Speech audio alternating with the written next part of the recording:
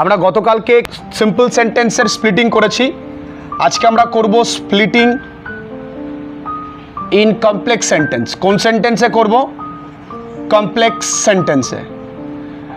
Complex sentence করতে গেলে সাধারণত যে ক্লজগুলো আমার মাথায় আসে, noun clause, adverbial clause and adjective clause. কারণ যে কোনো সেন্টেন্সকে কমপ্লেক্স করতে গেলে আমাদের প্রয়োজন হয় কিসের? ক্লজের। তাহলে যদি কোনো সেন্টেন্সকে জয়েনিং করতে গেলে ক্লজেস লাগে, তাহলে স্প্লিটিং করতে গেলেও কিন্তু আমার ক্লজের প্রয়োজন হয়। তো ক্লজের একটা মস্ত বড় ক্লাস আছে। ক্লজ তিন প্রকার আমরা জানি: principal clause, subordinate clause, coordinate clause. এবং এই সাবঅর্ডিনেট ক্লজের আবার তিনটে ভাগ আছে: adjective clause, adverbial clause and nominal clause. এত কিছু আমি জেনেও কিন্তু স্প্লিটিং করতে পারি, যদি আমি এত কিছু নাও জানি তবুও আমি স্প্লিটিং করতে পারবো। মূল কাজ গ্রামারকে ইমপ্রুভ করার জন্য তোমার প্রয়োজন শুধুমাত্র প্র্যাকটিস আর ঠিকঠাক শেখা। তাহলে আমি বলেছি কমপ্লেক্স সেন্টেন্স স্প্লিটিং করতে গেলে দরকার কি? ক্লজ। আচ্ছা, ক্লজ যদি আমি বলি সাবঅর্ডিনেট ক্লজে কি কি থাকে? অ্যাডজেক্টিভ ক্লজ থাকে, তাই তো? অ্যাডজেক্টিভ ক্লজ এর আরেকটা নাম আছে, কি নাম? রিলেটিভ ক্লজ, তাই তো? রিলেটিভ ক্লজে সাধারণত কি থাকে? হু, হুইচ, এগুলো থাকতে পারে। হু, হুইচ, দ্যাট, ওয়্যার, এগুলো থাকতে পারে। অ্যাডভার্বিয়াল ক্লজে কি কি থাকবে? অ্যাডভার্বিয়াল ক্লজে থাকবে অ্যাজ, বিকজ, হোয়েন, ওয়্যার, এগুলো থাকবে কোন ক্লজে? অ্যাডভার্ব ক্লজে। আর নমিনাল ক্লজে সাধারণত দ্যাট থাকে, খুব বেশি জায়গায় দ্যাট থাকে, আর থাকে কি? হোয়াট।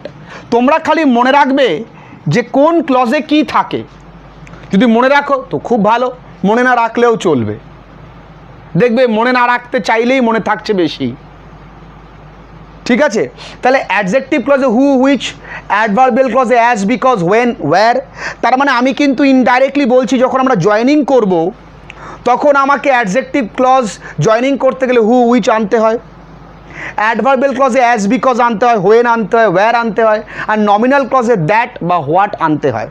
যদি আমি এরকম বলি, I know a man, full stop দিয়ে he is very honest, I know a man বা হু ইজ ভেরি অনেস্ট। এই যে হু ব্যবহার করলাম, কিসের জন্য করেছি আমি? Adjective clause. ওই ব্যক্তিটা কেমন সেটা বোঝানোর জন্য আমি অ্যাডজেক্টিভ ক্লজ ব্যবহার করেছি। এই বিষয়গুলি যারা মিডিওকার স্টুডেন্ট, মানে যারা তোমরা একটু কম বোঝো, মানে গ্রামারের ভিতটা কম, তাদের ক্ষেত্রে একটু কঠিন লাগবে, কিন্তু তোমরাও স্প্লিটিং করতে পারো। দেখি আমরা প্র্যাকটিক্যালি কীভাবে স্প্লিটিং করতে হয়। আমি একটা সেন্টেন্স বলি, she saw a man who was brave. পরীক্ষায় এতটাই সোজা দেবে, ভয় পাওয়ার কিচ্ছু নেই। She saw a man who was brave. এই বাক্যটা কোন সেন্টেন্সে আছে? সিম্পল সেন্টেন্স, কমপ্লেক্স সেন্টেন্স না কম্পাউন্ড সেন্টেন্স? সবাই একসাথে বলি একটু একবার, কমপ্লেক্স সেন্টেন্স। তাহলে এটা কমপ্লেক্স সেন্টেন্সে আছে। তাহলে এই বাক্যটাকে আমার কাজ কি? স্প্লিটিং করা। দেখো এইখানে যে কতগুলি শব্দ লিখেছি তার মধ্যে একটা কিন্তু আছে, তার মানে এটা কমপ্লেক্স সেন্টেন্সে কোন ক্লজ দিয়ে করা? রিলেটিভ ক্লজ দিয়ে বা অ্যাডজেক্টিভ ক্লজ দিয়ে করা। আমার কাছে সব মেটেরিয়াল রয়েছে। এবার আমার কাজ দুটো সেন্টেন্সকে আলাদা করা, খুব সোজা, আমি এক্ষুনি পারবো। এখানে অলরেডি একটা সেন্টেন্স বসে আছে, she saw A man, full stop. এই হু, হু এর আগে কে আছে? ম্যানটা ছেলে, তাহলে কি হবে এখানে? হি ওয়াজ ব্রেভ। অনেক ক্ষেত্রে এখানে হু এর আগে কিছুই থাকবে না। আমি যদি বলি Rahul is a boy who is intelligent, তাহলে রাহুল ইজ এ বয়, হু এর আগে তো কিছু নেই, তাও বয় আছে, তাই জন্য লিখেছি কি আমি? হি। তাহলে যদি ছেলের সম্পর্কে বলা হয় তাহলে হি, যদি মেয়ে সম্পর্কে বলা হয় তাহলে শি, যদি অনেকে থাকে তাহলে they. Is it that much simple? আরও একটা দিই, আমরা টেক্সট থেকে দিই। সিদ্ধা stole a purse which was found, একটু বানিয়েই দিলাম, in the kitchen। এটা যদিও টেক্সটের মধ্যে নেই, এটা নেই এর মধ্যে।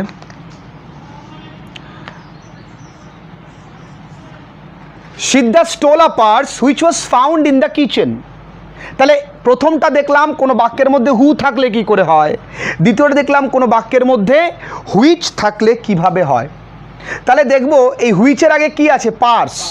পার্স একটা জিনিস, তাহলে কি হবে, ইট। তাহলে আমি প্রথম বাক্য কি লিখতে পারি, সিদ্ধা স্টোল এ পার্স লিখতে পারি, ফুল স্টপ দিয়ে লিখতে পারি it was found in the kitchen. Very very simple. তাহলে হু থাকলে ছেলে হলে হি, মেয়ে হলে শি, অনেকে থাকলে দে। আর যদি হুইচ থাকে তাহলে আমি লিখে দিচ্ছি হু থাকলে হি অথবা শি অথবা দে, হুইচ থাকলে ইট অথবা দে, ইট অথবা দে। তোমরা খাতায় লিখে নাও এইটা, এখানে কোনো সূত্র নেই, জাস্ট মনে রাখতে হবে আর প্র্যাকটিস করতে হবে। সেকেন্ডলি আমরা দেখব যদি কোনো বাক্যের মধ্যে হোয়ার থাকে, কি থাকে, হোয়ার। তাহলে হোয়ার থাকা মানে সেটা কিন্তু সবসময় যে অ্যাডভার্বিয়াল ক্লজ হবে তা নয়।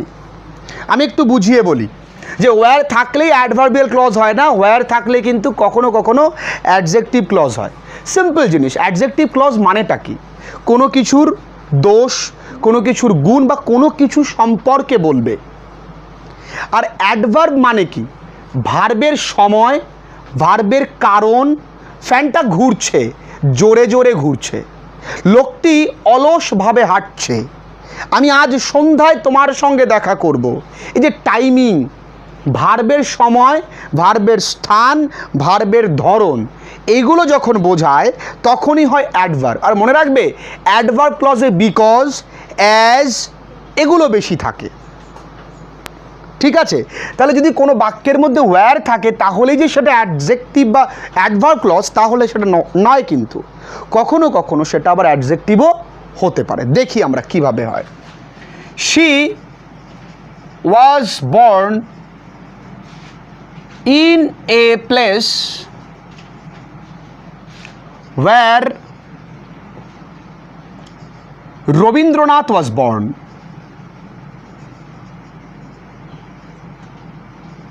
Rabindranath was born.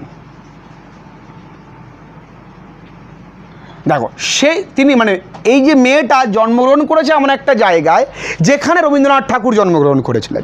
তার মানে এই হোয়ার দিয়ে কিন্তু এই প্লেসটাকে ডিফাইন করা হচ্ছে, সুতরাং এটা কিন্তু অ্যাডভার্ব ক্লজ নয়, এটা অ্যাডভার্বিয়াল ক্লজ। জায়গাটাকে ডিফাইন করছি আমি।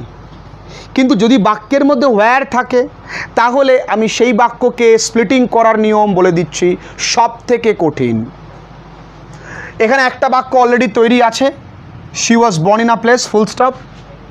যদি আমি হোয়ারটা বাদ দিই তাহলে আরেকটা বাক্য তৈরি আছে, কি কোনটা সেটা, রবীন্দ্রনাথ ওয়াজ বর্ন। তাহলে ওই হোয়ারটার জন্য আমি কি করলাম, এই জন্য তো কিছু করা প্রয়োজন আমার। সেটা কি, যদি বাক্যের মধ্যে হোয়ার থাকে দ্বিতীয় বাক্য লিখে হোয়ারের শেষে, হোয়ারের পরিবর্তে তোমাকে লিখতে হবে কি, দেয়ার। রবীন্দ্রনাথ ওয়াজ বর্ন দেয়ার, কঠিন কিছু নেই। আমি কেন বললাম কঠিন, একটু জাস্ট ইন্টারেস্ট ক্রিয়েট করার জন্য। তাহলে যদি কোনো বাক্যে হোয়ার থাকে আমি কি করব, হোয়ারের জায়গায় কি লিখব, দেয়ার। কোথায় লিখব, লাস্ট। ক্লিয়ার, ওকে। এরপরে আসে যদি কোনো বাক্যের মধ্যে হোয়েন থাকে, কি থাকে, হোয়েন। যদি কোনো বাক্যের মধ্যে হোয়েন থাকে, okay. She went to office when it was raining। সবসময় কি বৃষ্টি হয়, এই উদাহরণটাই সবাইকে দিতে হয়। সে অফিসে গিয়েছিল। আগে দেখো এই বাক্যটাকে জয়েন করেছে কোন শব্দটা, তাহলে আমি ওয়েনটাকে আগে চিনে নিই। তাহলে দেখো দুপাশে দুটো সেন্টেন্স বসে আছে। একটা সেন্টেন্স তৈরি করতে গেলে কি লাগে, subject verb object, subject verb object, subject বিভার মেন ভার্ব রয়েছে। তাহলে প্রথম সেন্টেন্স তো তৈরি আছে, she went to office, full stop, it was raining. তাহলে হোয়েনটা কোথায় গেল, এই হোয়েনের জন্য আমাকে লিখতে হবে ভেরি গুড তুহিন, কি লিখতে হবে, দেন।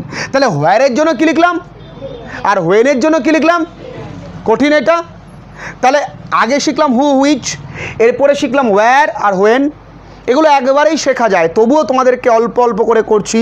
11-এ প্রচুর সময়, যখন শিখবো ভালো করে শিখবো।